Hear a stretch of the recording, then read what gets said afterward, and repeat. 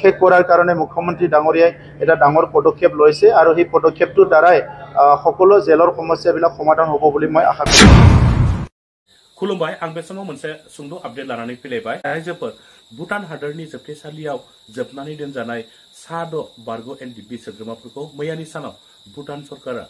जोबथेसालिनिफ्राय उदां खालामनानै होनायखौ नोंथांमोना गोबाङानो नुखाबाय आरो गोबाङानो मोनथिखाबाय जाय नोंथांमोना निउज पर्टेल नायदों नोंथांमोना गोबाङानो नुखाबाय मोनथिखाबाय नङा होमबा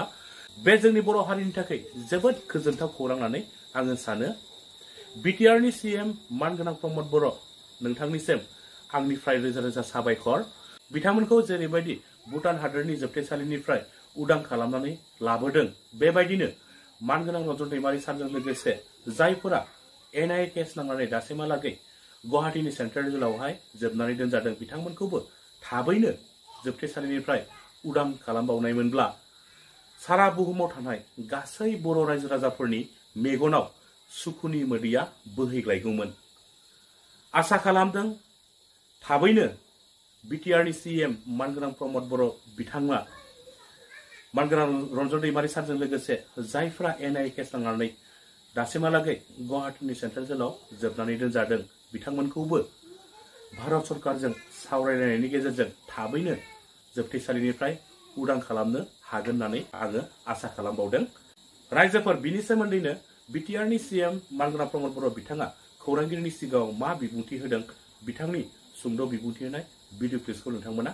जोबजासे नायनानै लाग्रो बेनि उनाव नोंथांमोना गाव गावनि कमेन्टफोरखौ होलायबानो जाबाय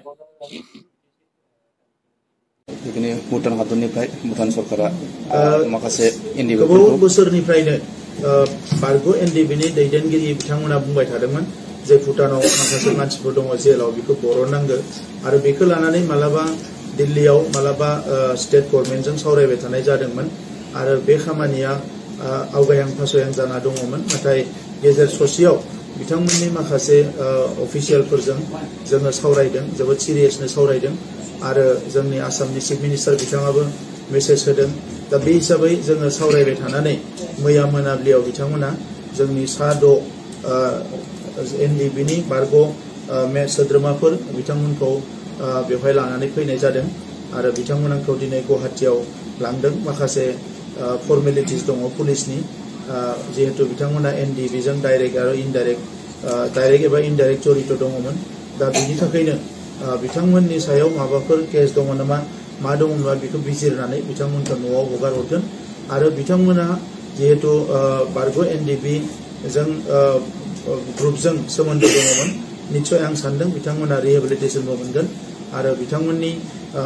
रिटार्न फैनायाव जों बयबो गोजोननाय मोनदों आरो बिसेसकरि बिथांमोननि न'खर जायफ्रानोखि मोनसे गोनो गोथो साननायाव दङमोन जे बिथांमोना माबायदि अबस्थायाव दङ दिनै बिथांमोनखौ मोजां देहा आरो मोजां गोसोयै मोनफिननानै न'खरा जोबोद हयथ' गोजोनगोन आङो बिथांमोननि न'खरनिसिम आरो बे 6 जन सा 6 जोंहा जायफोर सोद्रोमा रिटार्न फैबाय बिथांमोनखौबो आङो आंनि अननायखौ बावहरदों बेनि अनगायै आरो गुबुन हादराव दंबावो नामा सार बेनि अनगायै सासे नेपालाव दङ होननानै मिथिनानै जोङो थांनाय बोसोराव नैबे बोसोरनिनो गिबि बाहागोआव जोंनि एमएलए लरेन्स इस्लारि बिथां आरो एमसिएलए माधव सेट्रि बिथांखौ दैथायहरदोंमोन आरो बिथांमोना बिथांखौ थांनानै लोगो हमनानै फैदों नेपालनि जेलाव दङ बिथाङाबो खम समनि गेजेरावनो रिलिज जागोन बे जि मोनसे जेलनि नेमखान्थि बेजोंनो रिलिज जागोन बेनिखायनो बे समखिनिखौ बिथांखौ नेहोनानै बरननानै लाना फैनाय जागोन মই খুব আনন্দিত হৈছোঁ যেতিয়াৰ পৰাই সিজফায়াৰ হৈছে যেতিয়াৰ পৰাই ট্ৰাইপাৰ্টাইট টক হৈছে সেই সময়ৰ পৰাই এনডিপি নেতৃত্ব কৈ আছিলে যে আমাৰ কিছুমান মানুহ ভুটানৰ জেলত আছে সেইসকলক আনিব লাগে আৰু সেই কথাটোক লৈ পেলাই তেখেতসকলৰ কৰ্তৃপক্ষৰ লগত আমি বাৰম্বাৰ আলোচনা কৰিছোঁ অসমৰ মুখ্যমন্ত্ৰী ডাঙৰীয়াও মেছেজ পঠাইছে ভাৰত চৰকাৰকো আমি জনাইছোঁ তেনেকৈ আলোচনা কৰি কৰি যোৱাকালি তেখেতসকলে এই 6 জন এনডিপিৰ লগত ডাইৰেক্ট ইনডাইৰেক্ট জড়িত থকা তেখেতসকলৰ যিখিনি মেম্বাৰ তেখেতসকলক যোৱাকালি গধূলি ৰিলিজ কৰিছে আৰু তেখেতসকলক আমি লৈ আহিছোঁ আৰু এতিয়া অসমৰ আমাৰ ডিজিপি ডাঙৰীয়া অসম চৰকাৰৰ পুলিচ বিভাগ এছবি বিভাগ তেখেতসকলৰ কিবা কেছ আছে নেকি কি আছে কি নাই বাকি প্ৰক্ৰিয়াটো তেখেতসকলে কৰিব কিন্তু অসমত শান্তি প্ৰতিষ্ঠা কৰাৰ মুখ্যমন্ত্ৰী ডাঙৰীয়াৰ নেতৃত্বত যিটো এটা কাম চলি আছে ইয়াৰ আৰু ডাঙৰ এটা সফল বুলি আমি ক'ব লাগিব আৰু তেখেতসকলে আজি ভালকে ঘূৰি আহি নিজৰ পৰিয়ালৰ লগত থাকিব পাৰিব এটো আমাৰ কাৰণে এটা সুখবৰ তেখেতসকলৰ জীৱনটো মংগল হওক অনাগত দিনত নিজৰ মাতৃৰ লগত নিজৰ পৰিয়ালৰ লগত ভালভাৱে থাকি পেলাই তেখেতসকলে যাহাতে ঘৰখন আগবঢ়াই নিয়াৰ লগতে সমাজখনত ভালকে কাম কৰিব পাৰে সেইটো মই কামনা কৰিছো নেপালত এজন আছে ইয়াক তেখেতৰ কেছ চলি আছে আমাৰ মাজতে বিধায়ক লৰেন্স ইছলাৰী ডাঙৰীয়া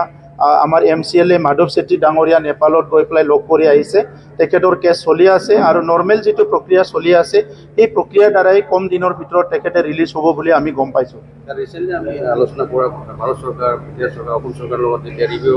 এই সময় যিমান NIA CBI কেছ এটো এক হ'ব লাগে ইয়াৰ বিষয়ে আলোচনা কৰা আমি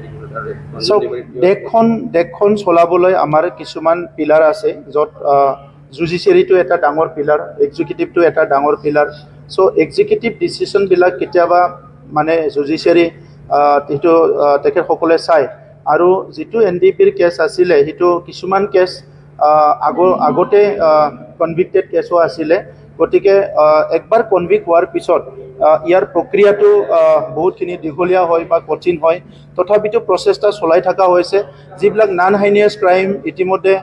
এই কেছবিলাক উইথড্ৰ কৰা হ'ল হাইনিয়াছ ক্ৰাইমৰ ভিতৰতো আমাৰ মুখ্যমন্ত্ৰী ডাঙৰীয়াই কৈছে যে যিবিলাক নেচাৰটো চাই পেলাই উইথড্ৰ কৰিব পাৰে এইখিনি উইথড্ৰ কৰিব লাগে আৰু যিখিনি NIA কেছ আছে এই কেছবিলাক লাহে লাহেকৈ